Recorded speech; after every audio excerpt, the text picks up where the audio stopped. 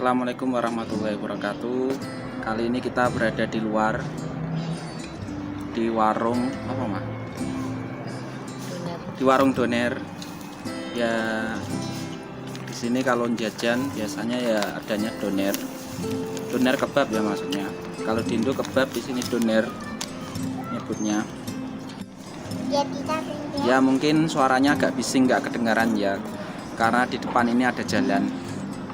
Lihat ada jalan.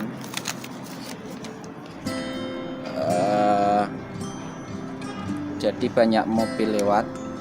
Ya, di video kali ini saya ingin membahas tentang kelebihan dan kekurangan beasiswa Turki ya, karena teman-teman mungkin sebelum memutuskan untuk mengikuti atau mendaftar beasiswa Turki, akan lebih baik jika teman-teman mengetahui kelebihan dan kekurangan dari beasiswa ini supaya lebih memiliki wawasan dan luas dan juga bisa memantapkan memantapkan keputusan untuk mendaftar dan mengikuti beasiswa Turki ini. Oke, mungkin yang pertama adalah kelebihannya ya. Kelebihan beasiswa Turki itu yang paling utama menurut saya adalah beasiswa ini adalah diselenggarakan oleh pemerintah Turki. Jadi karena sifatnya ini adalah berasal dari pemerintah Turki yang sah, itu akan lebih menjamin dari beasiswa itu sendiri.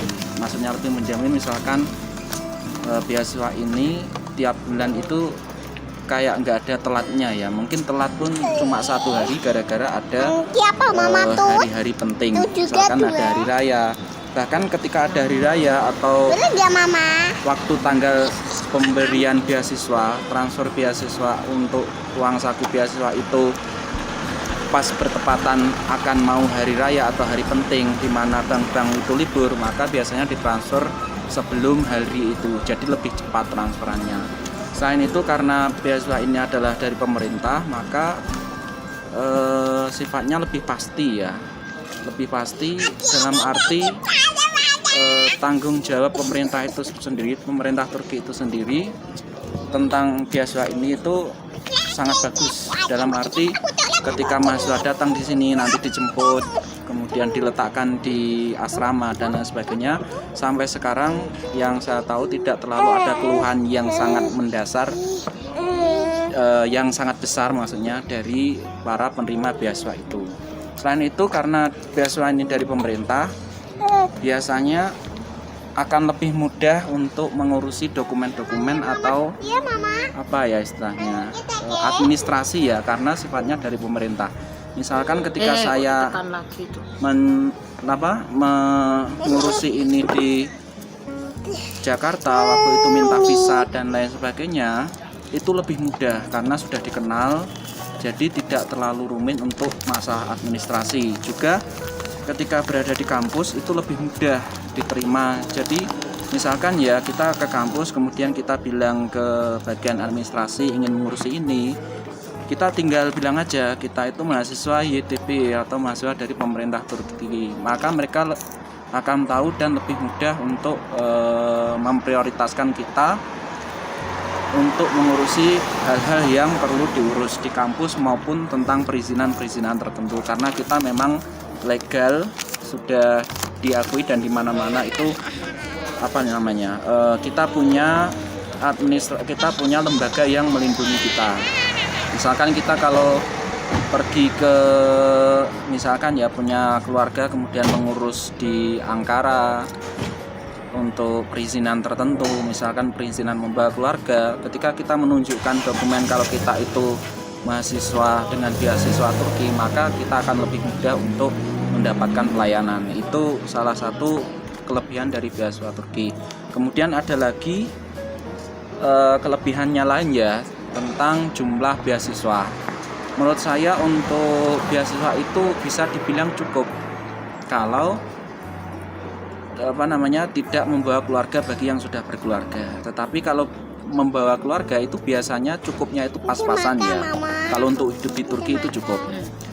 Kalau tidak membawa keluarga dan memutuskan untuk tinggal di asrama, itu menurut saya sangat cukup ya, karena di asrama sudah gratis, kemudian uang sakunya itu pun disesuaikan dengan kebutuhan hidup di Turki. Selain itu biasanya teman-teman juga ada yang kerja ya sambilan, itu ada.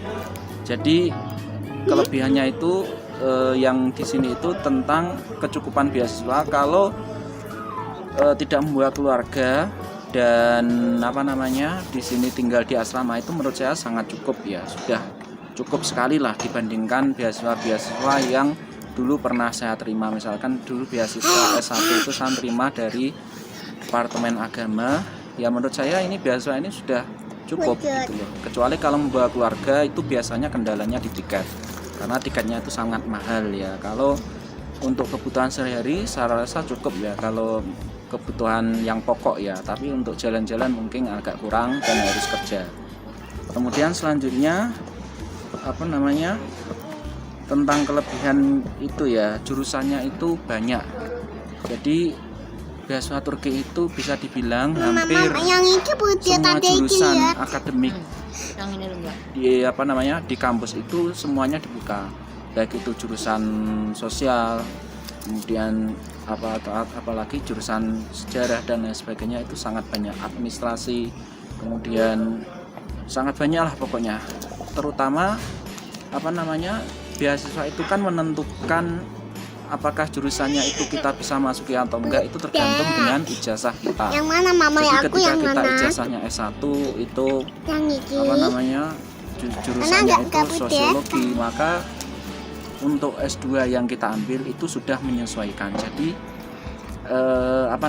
jangan khawatir tentang jurusan, itu jurusannya sangat banyak dan kampus yang kita bisa masuki itu sangat banyak sekali. Kita bisa milih entah kampus di Ankara atau di Istanbul atau di kota-kota yang lain, itu terserah kita. Jadi pengalaman saya ketika saya mendaftar itu ada banyak sekali jurusan ya di bidang saya itu. Saya jurusannya itu kan usuluddin, ada jurusan tasawuf, ada jurusan hadis, tafsir, dirasah Islamiyah. Itu ada 12 lebih kampus yang bisa saya masuki, yang bisa saya pilih, dan maksimal saya memilih 12 kampus.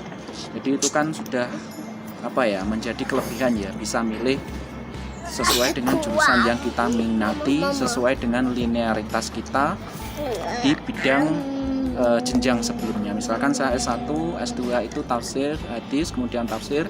Dan di jurusan S3 itu saya milih jurusan tafsir. Kemudian yang keempat mungkin kelebihannya itu tentang wilayah ya. Di Turki itu kan kelebihannya Turki itu kan kaya dengan sejarah ya. Salah satunya itu wilayahnya memang sangat strategis, termasuk daerah Eropa Asia. Mau ke Eropa tinggal ke Istanbul, mau ke Asia tinggal ke daerah-daerah lain di Turki. Jadi dengan letaknya yang sangat strategis, di situ kita bisa mengikuti banyak sekali seminar-seminar. Misalkan ada seminar yang banyak diadakan di daerah Eropa, misalkan di daerah Romania, Jerman, daerah Prancis dan lain sebagainya. Kalau ada, kita bisa mengikuti di sana. Jadi sangat dekat dengan daerah-daerah tersebut. Misalnya kita ingin ke Timur Tengah juga sangat dekat. Itu kelebihannya di situ. Juga dengan letaknya yang strategis, di sini kita bisa memilih jurusan berdasarkan dosen yang sangat memiliki kompetensi yang luar biasa menurut saya. Misalkan saya tertarik dengan jurusan tafsir, di sini wawasan dosen itu selain bagus di dalam hal tafsir, juga beliau itu bagus dalam hal sejarah, karena memang Turki itu kan memiliki sejarah yang bagus ketika mereka menjadi kesultanan Islam terakhir ya, kekhalifahan terakhir ya. Jadi dengan berada di Turki, menurut saya itu wawasannya itu bisa lebih luas, terutama dalam hal sejarah. Itu kelebihannya. Kemudian itu mungkin salah satu dari beberapa kelebihan yang ada tentang beasiswa Turki ya. Dan di sini saya ingin membahas tentang beberapa kelemahan yang mungkin ada dalam beasiswa Turki. Salah satunya adalah tidak ada biaya pendukung. Biaya pendukung itu misalkan misalkan kalau untuk membawa keluarga itu harus biaya sendiri. Padahal beberapa beasiswa itu memberikan beasiswa juga tunjangan untuk keluarga. Tetapi untuk menurut saya untuk jenjang S3 itu cukup lah kalau membawa keluarga karena beasiswanya lebih banyak. Dan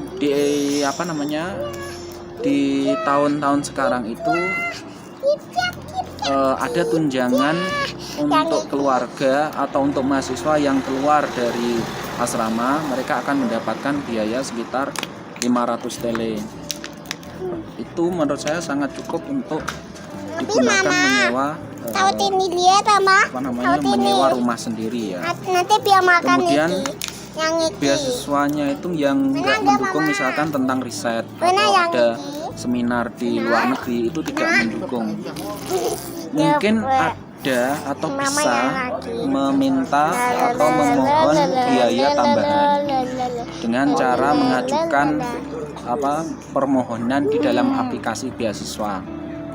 Karena setiap mahasiswa yang dapat beasiswa itu ada aplikasi di internet yang bisa digunakan untuk kita menghubungi YTB untuk melaporkan hasil nilai dan lain sebagainya. Mungkin di sana kita bisa mengajukan, tetapi selama ini saya tidak pernah dengar mahasiswa atau teman-teman yang pernah mengajukan hal semacam itu. Yang saya tahu ketika ada seminar atau kegiatan penelitian, mereka menggunakan biaya sendiri. Kemudian selanjutnya tentang bahasa Turki ya, itu kelemahan, bisa dibilang kelemahan atau bisa dibilang kelebihan juga. Kelemahannya itu di sini, kebanyakan jurusan di Turki itu menggunakan bahasa Turki. Itu sudah menjadi aturan dari kampus itu sendiri karena memang nasionalisme di Turki itu sangat kuat.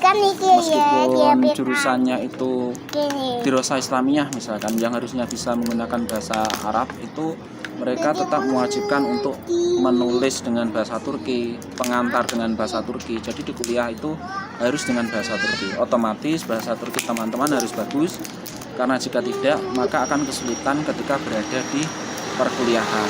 Jadi mau tidak mau harus berbahasa Turki.